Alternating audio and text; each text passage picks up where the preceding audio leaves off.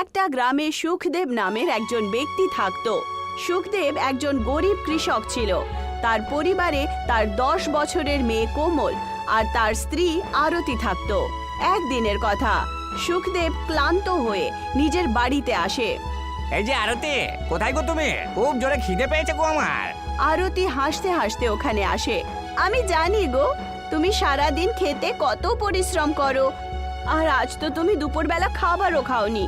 আরে তুমি তো জানোই গো আরতি, যতদিন যাচ্ছে দাম জিনিসের বেড়েই চলেছে। আমাদের মেয়ে কোমলের জন্য এখন থেকেই ওর বিবাহের জিনিসপত্র কিনে ফেলতে হবে গো। আমি জানি, আর এই ব্যাপারের চিন্তাই তো আমি সারা দিন করি গো।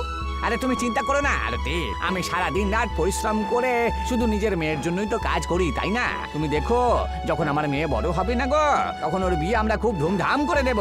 ভগবান করুক আপনার মুখে ঘি আর চিনি হোক, আর আপনার কথা একদম ঠিক হয়ে যায়। আরে তুমি চিন্তা করো না আরতি, ঈশ্বরের উপর আমার পুরো আস্থা আছে।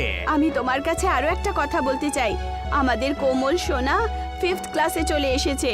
এরপরে তাকে পড়াশোনা করার প্ল্যানিং আছে কিনা? আরে থাকবে না কেন আরতি? এ আবার তুমি কি কথা বলো? হ্যাঁ, আমাদের মেয়ের পড়াশোনা এইভাবে মাঝপথে থামানো উচিত হবে না গো। প্রতিবেশীর মাসিমা বলছিলেন যে আজকালকার মেয়েদেরকে লেখাপড়া শিখিয়ে কি লাভ হবে, অবশেষে তো ওদেরকে রান্না বান্নাই করতে হবে না। আরে এসব আজে বাজে পুরনো দিনের কথা, বুঝলে আরতি?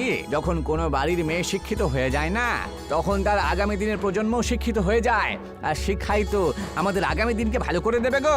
আমি তোমার চিন্তায় খুব গর্ব করি। আমি তোমার কাছে এটাই আশা করছিলাম। আরতির কথা শুনে সুখদেব হাসতে শুরু করে।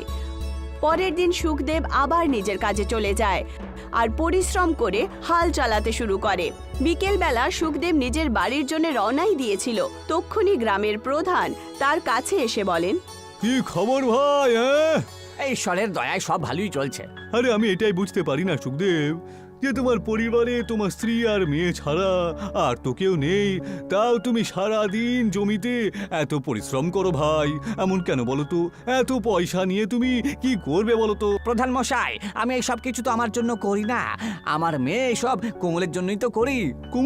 কুমলের জন্য? আরে তুমি কি আজে বাজে কথা বলো? যতদূর আমি জানি তোমার মেয়ে গ্রামের খুব ভালো স্কুলে পড়াশোনা করে, খুব ভালো খাবার খায়, তোমার আর কি চাই? এই প্রধান মশাই, কালকে আমার মেয়ে বড় হবে, ওকে বিয়েও তো দিতে হবে, তাই না? সেই জন্য আমি এখন থেকে বেশি পরিশ্রম করছি, যাতে ওর বিবাহর ব্যবস্থাটা আমি খুব ভালো করে করতে পারি।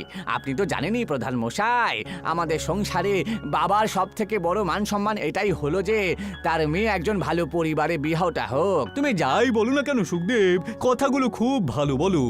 আজকালকার দিনে খুব কম লোকেরই ভাবনা চিন্তা তোমার মতন। তোমার ভাবনা চিন্তার ওপর নিয়ে আমার গর্ব হয়। আর কথা শুনে রাখো, যদি তোমার কখনো কোনো দরকার হয় তাহলে আমাকে বলতে লজ্জা পেও না, ঠিক আছে?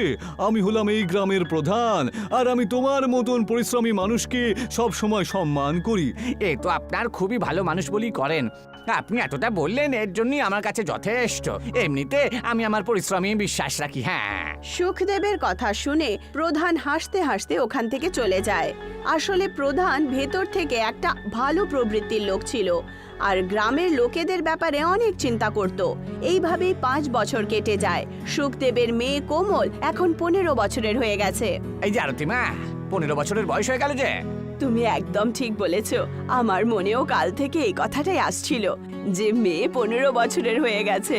আমার তো মনে হচ্ছে যে আমি আজ অব্দি যা পয়সা রোজগার করেছি, এখন থেকেই বিবাহের জিনিসপত্র শহর থেকে নিয়ে এসে বাড়িতে জড়ো করে রাখা উচিত গো। তুমি একদম ঠিক বলছো গো। ঠিক আছে আরতি, আমি কালকে শহরে যাব। পরের দিন সুখদেব শহরে চলে যায়। সুখদেব শহর থেকে অনেক রকমের দামি দামি বাসন নিজের গ্রাম আর নিজের বাড়িতে নিয়ে আসে। এত দামি বাসনপত্র দেখে আরতি বলে, ওগো, এগুলো তো খুব দামি বাসন। তা তুমি কি মনে করো আরতি, আমি আমার মেয়ের জন্য সস্তার বাসন নিয়ে আসবো নাকি? আরে আমার মেয়ে এই বাসনে নিজের শ্বশুর মশাইদের জন্য খাবার বানাবে, শ্বশুর বাড়িতে ওর কত মান সম্মান হবে, তাই না? তোমার কথা একদম ঠিক গো। সোনার শ্বশুর বাড়িতে মান সম্মান হোক, লোকেরা তাকে ভালোবাসুক, আমাদের জন্য এর থেকে বেশি আর কি হবে?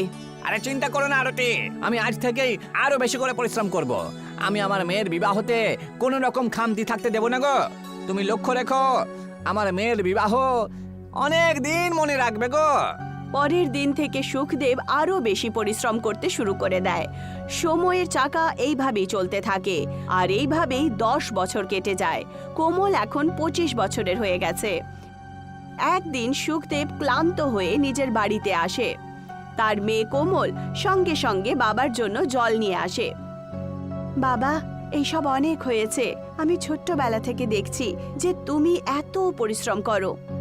এই সব আমি তো তোমার জন্যই করছি মা। যাই হোক না কেন বাবা, আমি তোমাকে আর পরিশ্রম করতে দেখতে পারবো না। আমি এখন বড় হয়ে গেছি আর আমার পড়াশোনাও কমপ্লিট হয়ে গেছে। আমি এখন একটা ভালো চাকরি করতে পারি। কোমলের কথা শুনে ওর মা হাসতে হাসতে বলে, বাবু, আমরা সবাই পরিশ্রম এই জন্যে করিনি যাতে তোমাকে দিয়ে আমরা চাকরি করাতে পারি। আমাদের তো শুরু থেকে এটাই স্বপ্ন ছিল যে আমরা তোমার বিয়ে করাতে পারি। তোমার মা একদম ঠিক কথা বলছে কোমল। কালকে আমরা শহরে গিয়ে তোমার বিবাহের জন্য আরো কিছু জিনিসপত্র নিয়ে এসে বাড়িতে রেখে দেবো গো। আমি তোমাকে আরো একটা কথা বলতে চাই গো। বলো না, কি হয়েছে বলো গো। কিছু মাস আগে আমাদের কোমলের জন্য প্রতিবেশী গ্রাম থেকে যে সম্পর্ক এসেছিল, ওরা এখন পর্যন্ত উত্তর দেয়নি। আমি তোমাকে বলতে ভুলে গিয়েছিলাম আরতি, আমাদের কোমলকে ওনাদের খুব পছন্দ হয়েছে গো। আর ওনারা বিয়ের জন্য হ্যাঁও বলে দিয়েছেন। ওরা তো পরের মাসে বিয়ের জন্য বলছিল। আমাদের দুজনকে এখন আমাদের অনেক কাজ করতে হবে গো। আমি কালকে শহরে গিয়ে সব জিনিসপত্র কিনে নিয়ে আসি গো। পরের দিন সুখদেব নিজের বউ আরতির সাথে শহরে চলে যায় আর অনেক দামি দামি আধুনিক জিনিস কিনে নিয়ে আসে। পুরো পরিবার খুশি ছিল। সুখদেব আর আরতি খুব ক্লান্ত হয়ে গেছিল। ওরা গভীর নিদ্রায় ঘুমিয়ে পড়ে। পরের দিন সকালে যখন তাদের ঘুম ভাঙে, তখন নিজের বাড়ির দৃশ্য দেখে আরতি খুব ভয় পায় আর নিজের বরকে বলে, ওগো শুনছো, সমস্ত জিনিস কোথায় গেল? আরে সেটাই তো আমি ভাবছি আরতি, সমস্ত জিনিসপত্র কোথায় গেল গো? কালকে রাতে তো সবকিছু এখানেই ছিল গো। কে বলো তো আমাদের জিনিসপত্র চুরি করে পালালো গো? আমাদের চোখ কেন খুললো না? আরতি জোরে জোরে কাঁদতে শুরু করে। আরতির কান্না শুনে সুখদেবের প্রতিবেশীরা একত্রিত হয়। গ্রামের একজন ব্যক্তি সুখদেবকে একা নিয়ে গিয়ে বলে, সুখদেব, তুমি কি জানো না নাকি যে আজকাল এখানে চোর বাজারের গ্যাং খুব বেশি রয়েছে? এই তুমি কি বলতে চাও বলো তো? এখান থেকে কিছুটা দূরে একটা বড় চোর বাজার আছে, বুঝলে? বলা হয় যে ওই চোর বাজারের মালিক নিজের একটা গ্যাং তৈরি করেছে, যারা রাত্রে বেলা গ্রামের বাড়িতে ঢুকে পড়ে আর যখন সবাই ঘুমিয়ে থাকে তাদেরকে অজ্ঞান করে দেয় আর সমস্ত জিনিসপত্র নিয়ে উধাও হয়ে যায়। এখন আমি কি করবো গো? সবার প্রথমে তুমি ওই চোর বাজারে একবার গিয়ে ভালো করে দেখে এসো যে তোমার জিনিসপত্র যেগুলো উধাও হয়েছে ওখানে আছে কি নেই। সেই ব্যক্তির কথা অনুযায়ী সুখদেব সঙ্গে সঙ্গে চোর বাজারে চলে যায় আর পুরো চোর বাজারে নিজের জিনিসগুলো খুঁজতে শুরু করে। তক্ষুনি তার চোখ পড়ে চোর বাজারের একটা দোকানের ওপর, যেখানে তার আনা টিভি আর ফ্রিজ রাখা ছিল। সুখদেব ওখানে পৌঁছে যায় আর দোকানদারকে বলে, এটা তো আমার নিয়ে আসা ফ্রিজার টিভি দেখছি। এটা আমি অনেক বাজার থেকে নিয়ে এসেছিলাম কালকে। তোমার কথা তুমি একদম ঠিকই, কিন্তু কি প্রমাণ আছে যে শহর থেকে তুমি এটা নিয়ে এসছো? আমার কথায় বিশ্বাস করুন গো, এই জিনিসপত্রগুলো আমার। এখান থেকে চুপচাপ বেরিয়ে যাও বলছি, নাহলে তোমার মতন লোকজনের সাথে কথা বলতে আমি জানি।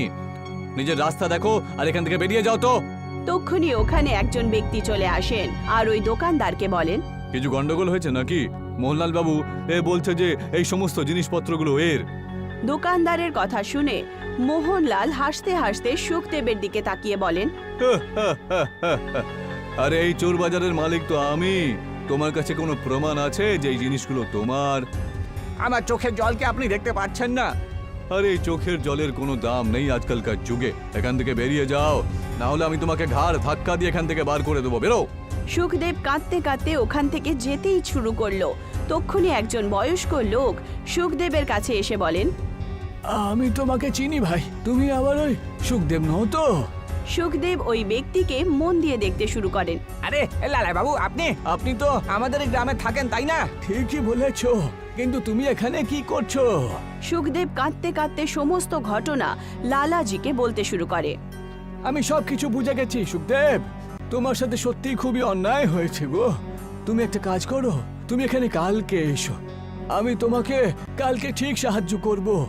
সুখদেব কাঁদতে কাঁদতে ওখান থেকে চলে যায়। লালাজি সোজা সেই চোর বাজারের মালিকের সাথে দেখা করেন। মোহনলাল বাবু, আমি আপনার এই চোর বাজারে অনেক বছর হয়ে গেল মুনিবগিরি করছি। আপনার করা অনেক অপরাধ আমি ঠিক সামলে নিয়েছি, তাই না? আর তার জন্য আমি আজ পর্যন্ত কখনো কিছু বলিনি। তুমি কি বলতে চাও?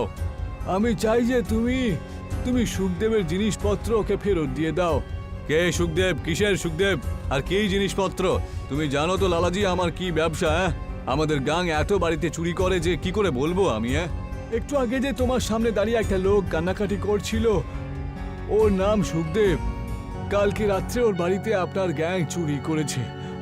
ওই লোকটা খুবই ভালো ভাই, আর আমি ওকে 20 বছর ধরে দেখছি অনেক পরিশ্রম করছে ও। আমি ওকে এক এক পয়সা জড়ো করতে দেখেছি নিজের মেয়ের বিয়ের জন্য। তুমি কথাটা মনে রেখো। আপনার গুন্ডারা ওর বাড়িতে গিয়ে চুরি করে জিনিসপত্র নিয়ে এসছে। ভেবে দেখুন তো ওর মনির অবস্থা এখন কিরকম হবে। যদি আমি এইসব দেখতে থাকি না, তাহলে আমার ব্যবসা জাটে উঠবে। লালা বাবু, আপনি আপনার কাজে মন দিন, বুঝেছেন? আর এখান থেকে বেরিয়ে যান। আর হ্যাঁ, এটা ভুলে যাবেন না যে আপনি এখানে কাজ করেন, মালিক নও। মালিক হলাম আমি, আর মালিক যা বলবে তাই হবে এখানে। চোর বাজারের মালিকের কথা শুনে বয়স্ক ব্যক্তি মুখ উদাস করে ওখান থেকে চলে যান। উনি সারা রাত নিজের বাড়িতে শুধুমাত্র সুখদেবের ব্যাপারেই ভাবছিলেন। পরের দিন উনি আবার চোর বাজারে নিজের কাজে বেরিয়ে পড়েন। সুখদেব তার আগের থেকেই অপেক্ষা করছিল। আমি এসে গেছি মালিক। আপনি তো বলেছিলেন না যে আপনি আমাকে সাহায্য করবেন? হ্যাঁ সুখদেব, আমি বলেছিলাম। খুব ভালো। আচ্ছা, এটা বলো তো যে তোমার কাছে কি কিছু পয়সা আছে নাকি নেই? আমি একটা পয়সার জিনিস কিনে কালকে নিয়ে এসেছিলাম গো, কিন্তু সত্যি বলছি আমার কাছে এখন খাবার পয়সাও নেই গো। আর আমাকে এখন নিজের জিনিসপত্র দ্বিগুণ দামে কিনতে হচ্ছে যে। আমি এত পয়সা এত তাড়াতাড়ি কোত্থেকে নিয়ে আসবো? আপনি তো জানেনই যে আমার আত্মসম্মান কিরকম বেশি। আমি কারোর সামনে হাত জড়ো করতে পছন্দ করি না। লালাজি সুখদেবের ওপরে খুব দয়া দেখাচ্ছিলেন। উনি কিছু টাকা সুখদেবের হাতে দিয়ে দেন আর বলেন, যাও, এই চোর বাজারে গিয়ে তোমার যেখানে জিনিস তুমি দেখতে পাবে ওই জিনিসগুলো কিনে নাও, যাও। আমি তোমাকে চোর বাজারে কেনাকাটা করার জন্য নিয়ম কানুন বলে দিচ্ছি। তুমি তোমার জিনিস যখন ওখান থেকে কিনে নেবে, তখন অন্তত পক্ষে মাত্র একটাই রেট তুমি বলবে। ওই দোকানদার তোমাকে চারিদিক থেকে বলবে যে এত দামে তোমাকে দিতে পারবো না, কিন্তু তুমি তোমার কথায় একেবারে ঠিক থাকবে। শেষমেশ তোমার রেটেই তোমাকে জিনিস বিক্রি করার জন্য রাজি হয়ে যাবে। এই কথাটা তো একদম ঠিক বলেছেন লালা বাবু, কিন্তু এই পয়সা আপনি আমাকে কেন দিচ্ছেন বলুন তো? তুমি চিন্তা করো না, আমি চোর বাজার থেকে অনেক কিছু রোজগার করেছি। তুমি আমার গ্রামে, আর আমি তোমাকে অনেক বছর ধরে দেখছি পরিশ্রম করছো। তোমাকে সাহায্য করে কোনো উপকার করছি না, বরং নিজের ওপরে উপকার করছি। বরং আমার পাপের এটাই প্রায়শ্চিত্ত হবে। এবার আর দেরি করো না, তার আগে তোমার জিনিসপত্র আবার অন্য কেউ না কিনে নেয়। লালাজির কথা শুনে সুখদেব লালাজির কথা অনুযায়ী নিজের সমস্ত জিনিস কিনতে শুরু করে। কিছুদিনের মধ্যেই সুখদেব নিজের সমস্ত জিনিস কিনে নিয়ে আসে। আর কিছুদিন পর সুখদেব আর তার স্ত্রী লালাজির বাড়িতে যায়, কিন্তু ওরা ওখানে লালাজিকে পান না, বরং ওনার স্ত্রীকে পান। আরে, আপনি তো সুখদেব আর ওনার স্ত্রী আরতি না? আগে হ্যাঁ, আমরা লালবাবুর সাথে দেখা করতে চাই। লালাবাবু যা উপকার করেছেন আমাদের ওপর, তার ঋণ আমি কখনো শোধ করতে পারবো না। আসলে কাল রাত লালাজি চোর বাজারের মালিককে গ্রেফতার করিয়ে দিলেন, কারণ লালাজি নিজেই অপরাধে জড়িত ছিলেন। সেই জন্য পুলিশ ওনাকেও অ্যারেস্ট করে ফেলেছে। উনি বলেছিলেন যে আপনারা এখানে নিশ্চয়ই আসবেন। আসলে সুখদেবের চোখের জল লালাজির মতো ব্যক্তির ভেতরের মানসিকতাকেও জাগিয়ে তুলেছিল, আর উনি চোর বাজারে চাকরি করা সত্ত্বেও সৎ পুরুষ হয়ে গেছিলেন। তারপর সুখদেব নিজের মেয়ে কোমলের বিয়ে খুব বড়সড় করে দেন আর কন্যা দান করে কোমলকে বাড়ি থেকে বিদায় করে দেন।